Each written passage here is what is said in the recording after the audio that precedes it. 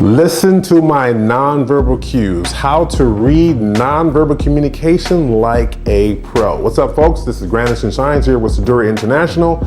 And in the following video, you're going to hear our podcast episode. We're talking about how you can read nonverbal communication. Yasmin and I give you several points on how to make sure you are reading nonverbal communication correctly. Now, depending on the research that you find out in the marketplace or on the internet or any other types of findings about nonverbal communication, it is stated that nonverbal communications is somewhere between 70 to 80%. That's right, 70 to 80% of your communication. Now, if you factor in written communication and verbal communication, that's the other 30 to 20 to 30%. Now, what we want to focus on here is what we could and should be adhering to when we're actually verbally communicating with someone. We have to contextualize some things to make sure we put everything into perspective so we read nonverbal communication correctly. And we want to assess, is it matching up with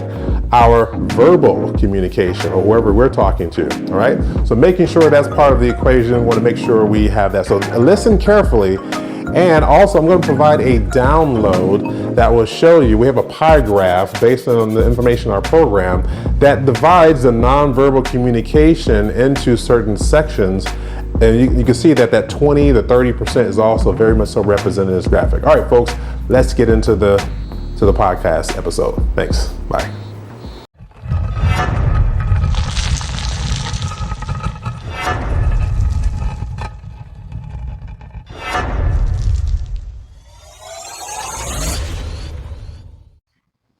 Your body language speaks louder than words. Make sure it's saying what you want others to hear. Hi, I'm Yasmin Murray with Seduire International, and I'm here with Granison Shines. Over to you, Granison. Hey, what's up, folks? As Yasmin stated, Granison Shines here. And by the way, Yasmin, that's a fantastic quote. That quote says a lot.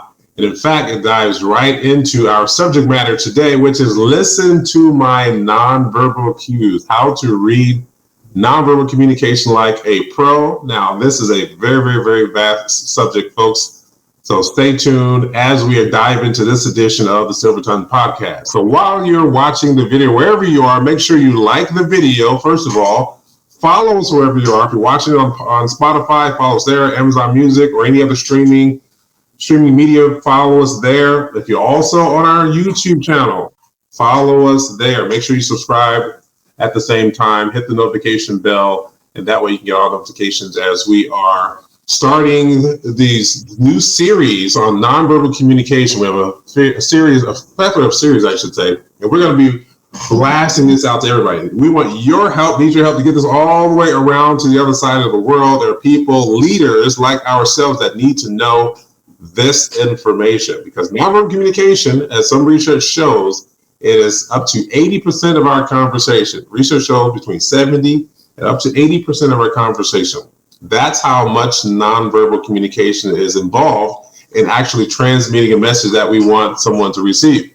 That being said, here we go. Make sure you click. There's my nonverbal communication. Click the follow button and make sure you share it also. And leave us a comment. Let us know what you think about this series. We want to hear from you, and we will answer the comments as well. All right, so you can have some interaction with us.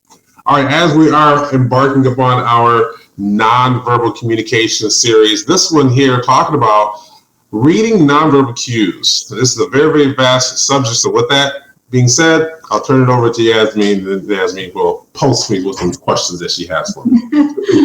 Of course, Granison, as always, I am the one with the questions. Now, the first question I have for you is, why focus on nonverbal communication? When we can talk, why are we focusing on nonverbal communication instead of... And I say it like this: just because you know how to talk doesn't mean you know how to communicate. And just because you know how to move your body doesn't mean you're properly utilizing nonverbal communication in the right way. Properly utilizing verbal, or say nonverbal and verbal as well, communication is more like a strategy. It has to be organized. Anytime you have a strategy, you want it to be organized so there's some structure so you can deliver it the right way or implement or execute on it the right way. Communication is no different, not at all. And in fact, most people, when we start coaching them and training them, they utilize nonverbal communication in the wrong way. And we have to make these fine-tuned adjustments. So why do we need to pay attention to it? Again, because up to 80% of our conversations, that's a very high stake in communication. So that means that you have a very much so opportunity to be talking with your mouth and your body saying and doing something totally different that may be contradictory to what you are actually wanting to say. So that's why we want to have our focus on nonverbal communication. We want the alignment between the two, the verbal and the nonverbal, to match up. Now, if you are presenting well, and you're poised, and you walk with confidence, but then you open your mouth and it just goes the opposite way, you have some work to do on the verbal communication side. So that's why we want to focus on nonverbal communication. Good question, though. Yeah, it is really important, and people don't think it's important, but a lot of people, when they go for interviews, they might just not get the job because their non-verbal communication was not coordinating or coinciding with their verbal communication. Well stated. And those are people who recognize it that might not even be as trained in nonverbal communication, how to read nonverbal communication. And they're still making some sort of a judgment and decision based on that. Imagine if you meet someone who's actually trained to read nonverbal communication. How much more effective can you be? Yeah, don't go join the CIA or the FBI. All right. Or Seduire International Leadership Program. That's the same thing. My second question to you, Granison, is that in a program we talk about the nonverbal communication extensively. What are the types of nonverbal communication our audience should be familiar with? I got a graphic that I'm going to share with you, and this will share and show the 9 types of nonverbal communication. Let me share this with you. I think the audience will get something out of this. I'm going to share my screen. And drum roll, because if you have seen this graphic before, here we go, folks. This is the modalities graphic. I'm going to zoom into this bottom one right here, all right? So I'm going to zoom in, I'm going to pull that up, zoom in. Oh, there we go. And I'm going to adjust it like right there so we see the whole entire thing. So we have 9 types of nonverbal communication, right? 9 types of nonverbal communication. You can't get away from these types of nonverbal communication components or pillars as we see it in this graphic. So it behooves us to understand how to use all of them. First of all, as we see, there's the facial expressions. Facial expressions is very, very nuanced. And in fact, they have the micro expressions, which show the real authentic expression on your face. And there's about, they say up to 10,000 micro expressions, but 7 of them, like sadness, shock, and surprise, those are all ones that we know when we see them. Oh, I scared you. Why? Because their eyes got big. Something happened. They jumped or whatever. So facial expressions is one. The other one is gestures. There are hand gestures, there are head gestures, there are shoulder gestures. There are certain gestures that connote what it is that you are accentuating in your nonverbal communication. Some can show agreement, some can show disagreement, some can show stoicism, and that also means that they might not agree with what you're talking about. So that's the second one. The third one that we've accentuated in our program is the non-lexical part of the lexicon, or the words you utilize, meaning that you have the paralinguistics, the pitch, the speed, the tone, the volume, the inflections. Those 5 components are on top of, and I just utilized it, they're on top of your verbal communication, right? So there you have paralinguistics just like that. And having the right paralinguistics can really show or emphasize what it is that you're feeling from an emotional standpoint, even so what you're thinking and how passionate you are, can accentuate that. Can you give an example of paralinguistics? Yes. Oh, you missed it. I just did. I just did. I didn't like it. Just did. No, it was like this. Let's give another example. Let's choose 3 words. Okay. I you. No, I like do it. I'm going to do it. Granison, Granison, come here. Granison, come here. Granison, come here. Yeah, see, there you go. Come here. Oh yeah, see, the last one's more seductive, right? Right, yeah. So, but that's a very good example of paralinguistics. And when you utilize paralinguistics the right way, this is how you can really grasp the audience attention. You can hold on to it. You can bring them in the highs and lows when you're telling a story. All these shock value opportunities you want to add to your story. These components are very essential in understanding how communication really works. When you get into a medium where you can't utilize like written communication, email, text, unless it's all caps, you might understand they might be yelling or they might be passionate, but you can't understand or you can't hear the paralinguistics. So now you have to start interpreting, and this is where people have miscommunication or misinterpretation of what it is they're trying to communicate. Yeah. Well, so what's the proper way to read nonverbal communication? Like a sentence, meaning that. So here's the thing about it. So the proper way to read nonverbal communication is like this sentence. First of all, I didn't go through all 9 types of nonverbal communication, but that's all right. We'll catch some of those later on. But the proper way to utilize that is to read it like a sentence. So if you heard the sentence, there's really no way to contextualize what it is or comprehend what it is I'm talking about. I just said your mind just goes crazy as far as the imagination filling in unknown information. Not the proper way to communicate. But I said the box by the door needs to go into the trash. Now we have this sentence that you can understand. Now let's superimpose that over nonverbal communication. If I'm sitting here with my arms crossed, if you can see my arms crossed, for those of you who are watching the video, perhaps you can, that most people will say, well, that means I'm closed off. Most people may think that I'm not attentive or I disagree. Could be that I'm cold. Could be that I'm giving myself a self-hug. It's just comfortable. Could be disdain for what you're saying. Could be.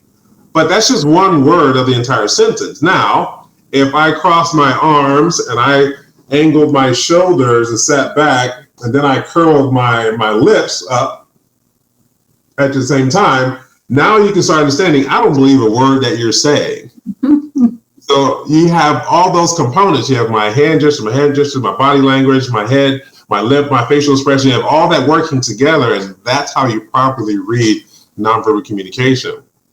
The one caveat there, though, is that sometimes you may have to read it in little small bite-sized chunks. They might not reveal it all at one time. You have to put the sentence together, versus when I'm utilizing verbal communication, I will say and then just wait, box, and then wait again, at the door, say that phrase, right? And we don't talk like that.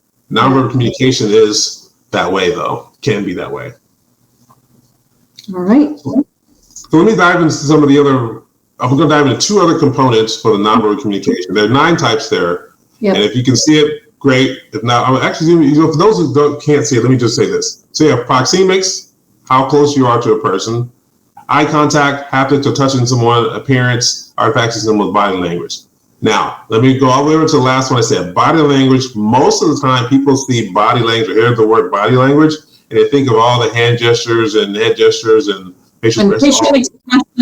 Facial expressions. You think all of that's body language. Well, let me get a little bit more detailed what we mean by body language. And that's, if you're sitting, you're going to sit a certain way too. If I want to project and connote confidence, I'm going to sit a certain way. If I'm walking, the same thing. I want to project confidence, I'm going to walk a certain way. I'm going to pose, if I'm just standing there, I'm going to pose a certain way. So you have these other components, walking, sitting, standing, also that feed into the body language piece, because you have different areas where you're going to be sitting, you have different ways you're going to be utilizing your body to promote and or to connote and to permeate a message when you're not talking. So those are the other 9, I say other 5 of the 9 types of nonverbal communication. Okay, are you ready for the next question? I'd be ready for the next question, yes. Okay. So out of the 9 types of nonverbal communication that you just mentioned, which top 3 are more essential factors that we should pay attention to when having a communication with someone? Okay, so I'm going to name some that now that we are in this environment, we're utilizing video medium like this, which I love, but I also like being in front of it. I'm going to name the ones that can be utilized for both, all right? And then it's going to be a little different in one aspect. So one is you want to make sure you watch the facial expressions. Facial expressions is going to tell a lot. Most of the time, when you walk into a room, people are going to look at you. They're going to look you up and down, too. They're going to look at you in the face. And they're also going to, yeah, there you go, your pouty face right there. They're going to show you, in fact, let me stop sharing the screen. They're going to show you what they are thinking about and talking about by how they look at you, right? So you can start assessing some things there. So when you have the facial expression really intact, you can start painting this really nice picture of what you want people to see. So this one's the most expressive of all the other ones. Second is the hand gestures, but sometimes hand gestures you can't see, especially in a medium like this. I can have my hands down. I could be playing around and putting my hands somewhere or whatever, but you may not even know about what I'm doing, especially if you're nervous, just go ahead and hide it.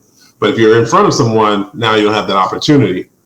So facial expressions. Next, we have eye contact. Eye contact is very particular. It's also very strategic. You don't want to look at somebody and not break the gaze because that might be a little creepy. But at the same time, see how Yasmin is looking? Yes, exactly. You don't want to look creepy like that. But then you can be seductive. This is one you have to be careful with. If you understand the proper gaze, professional gaze is just looking at someone in their eyes and looking at the triangle. We call it triangle here. Yeah, that's what I do. Glasses. I just glasses for people. Yasmin has glasses. She doesn't want to see her eyes, but it doesn't work. I know what she's looking at. However, eye contact. Then we have the video portion of it, right? So now that we have video, we have the eye contact via video. I just seen a new camera yesterday, by the way, that hangs down in the middle. That might be a little annoying to me, but it was thin enough to where you can look around it. However, the video eye contact is when you're talking to look into the camera, which most people will look at the image of where the image is and think that's eye contact. No, you need to look into the camera, but you do have this fluctuation of your eyes based on where, typically when you like zoom, I put it right underneath the camera in the tile, the horizontal tile fashion. And that way I don't have as much eye movement from the camera down to the person I'm looking at.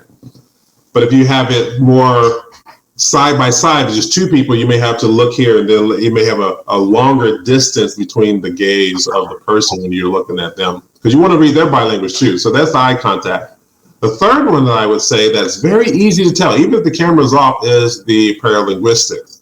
The tone, the pitch, the volume, the inflection, the speed which you talk. This one can really paint you a good picture of how someone is accepting or rejecting you. This is really good. This, if you listen to it, and leaders, we train leaders to do this, to understand where the audience or the person we're talking or the people we're talking to, where are they even mentally? And understanding that comes with hearing them talk. Some people know how to mask it. Some people don't. Most people I would put in the category of the latter. Most people don't know how to mask it, but the ones who don't understand how to, for lack of a better phrase, manipulate, I don't utilize that word, but manipulate the situation or bend the situation or influence the situation to their command, their demand, then they have a better opportunity of being not read so easily. So those three things right there, there's the spatial expressions, the eye contact, and the paralinguistic. Those are the three most important ones, I think. Yeah. So right now. Yeah, for right now.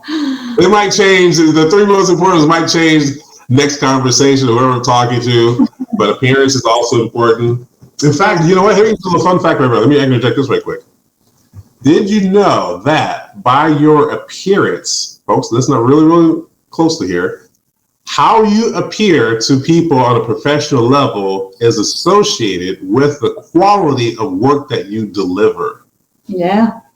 I'll say that again. How you show up to someone in a professional manner, your demeanor, and also your appearance with the clothing that you have on, that you have adorned yourself with, People receive that and perceive that as also the quality of work in which you will deliver to them. So what does that tell us?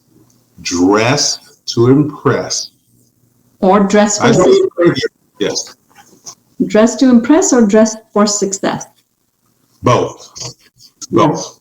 You need both. So absolutely. Yes. So what are some other ways nonverbal communication can be leveraged that aren't as popular of how people typically view its usage? Okay. All right, cool.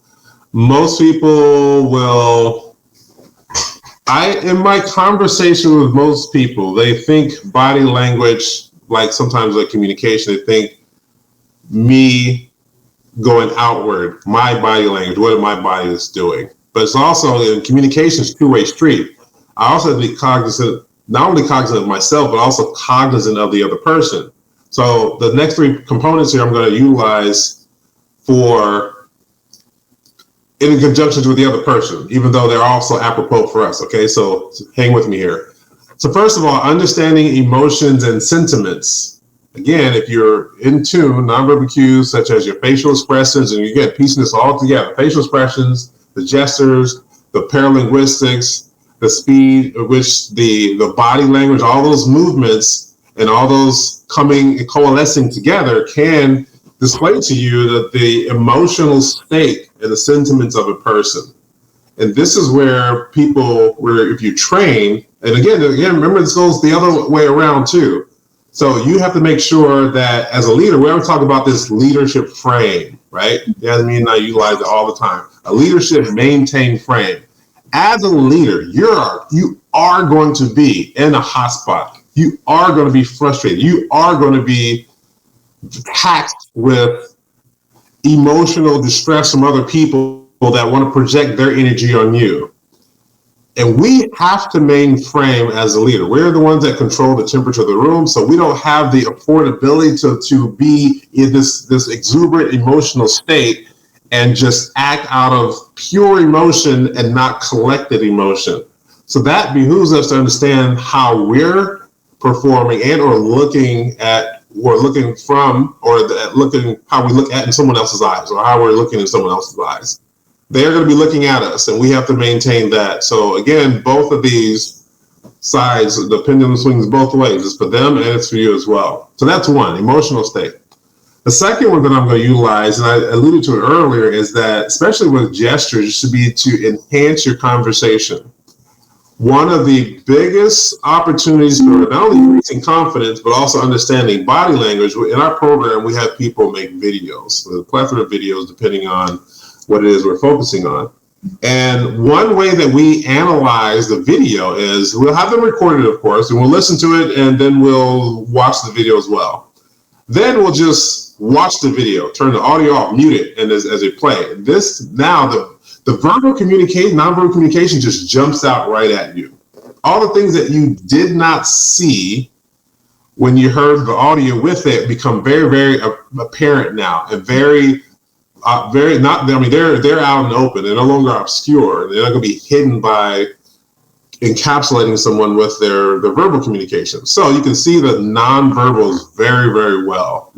And that way you can start having some adjustments and tweaks. Okay, we need to tweak this, you need to do that, you need to do this and that. But the hand gestures should enhance the communication. It shouldn't be just frivolous. And this hand gesture like that should never be a part of the equation. Go ahead. I was going to add that when you're talking, the hand gestures should complement, not overcome your communication. Sure.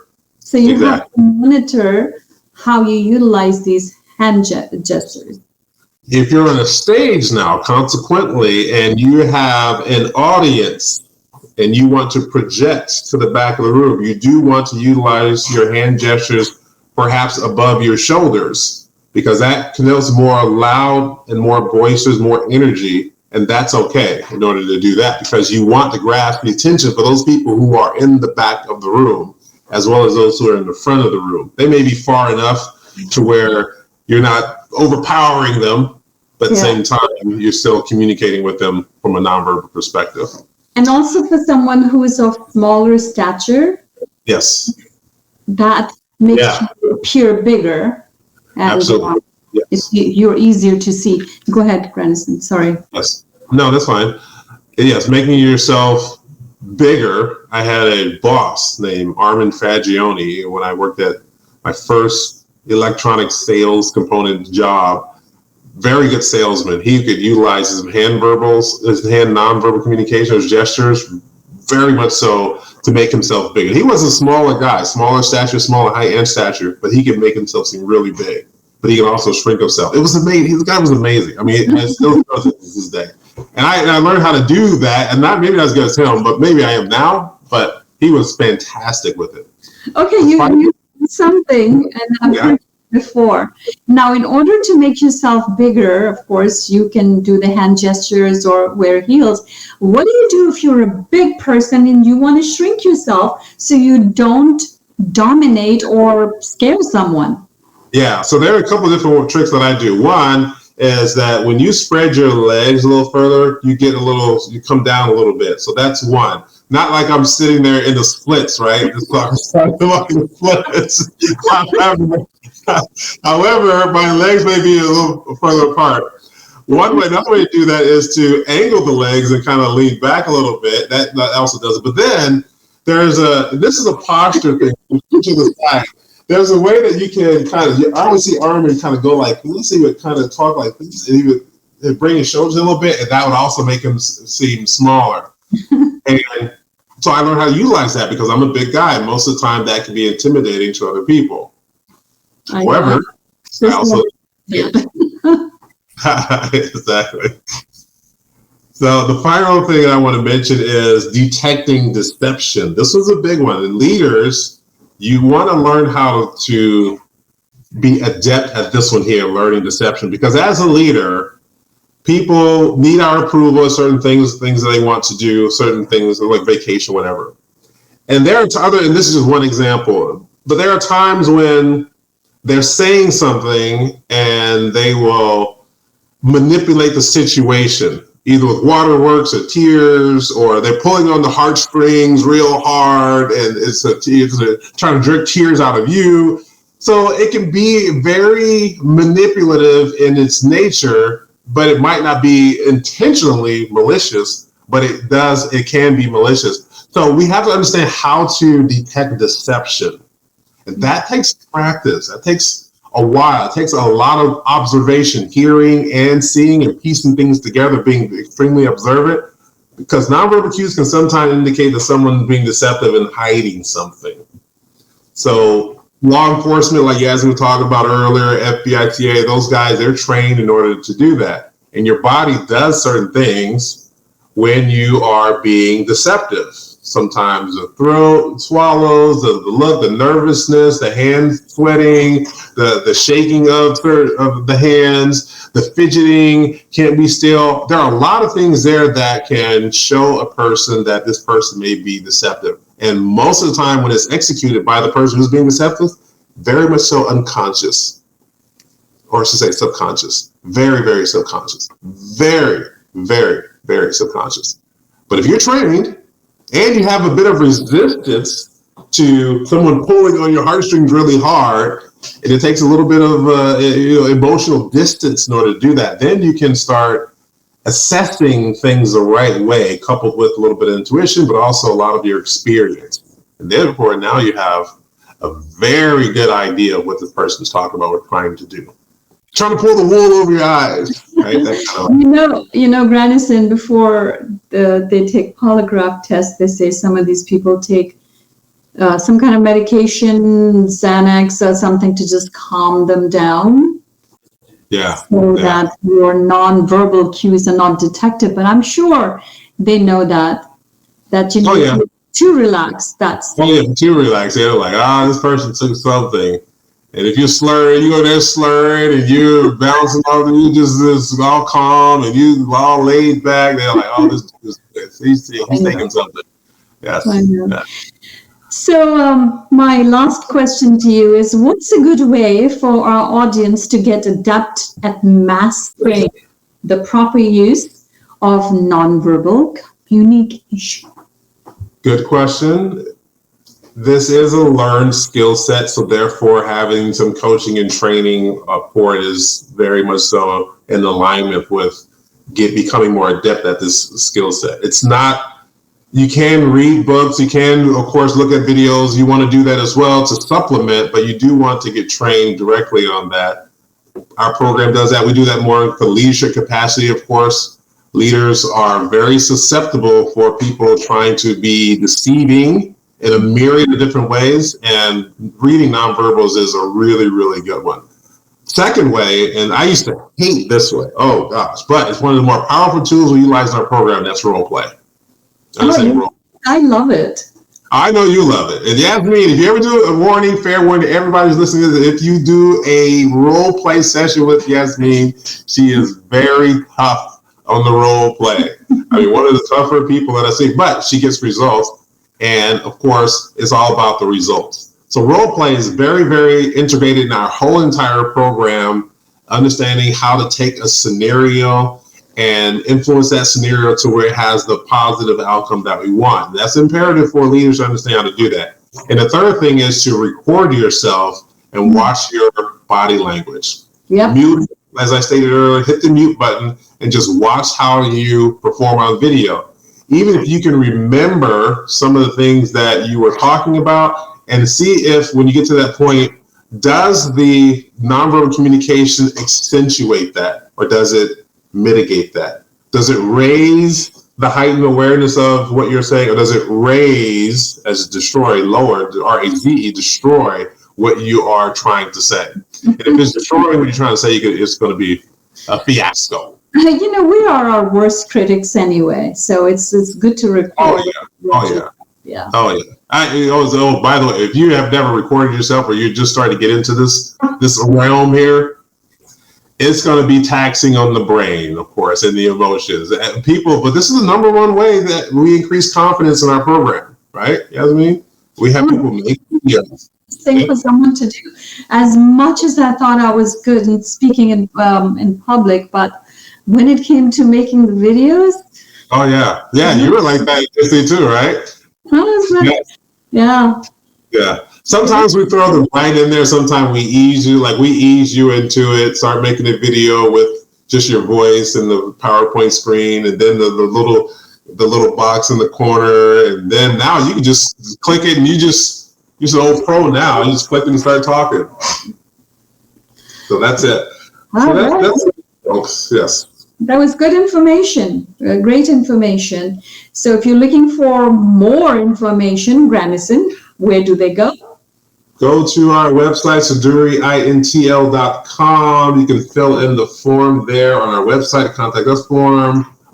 Or even a better way is to send us an email address. So come right directly to us, info at SeduireIntl.com, spelled SEDUIREINTL.com, and put nonverbal communication in the subject line, and we'll make sure to reach out with you. If you have a signature, of course, we could reply to the email, but if you have a signature, we can also pick up the phone and call you and talk with you directly. See, that's my paralinguistic flavor.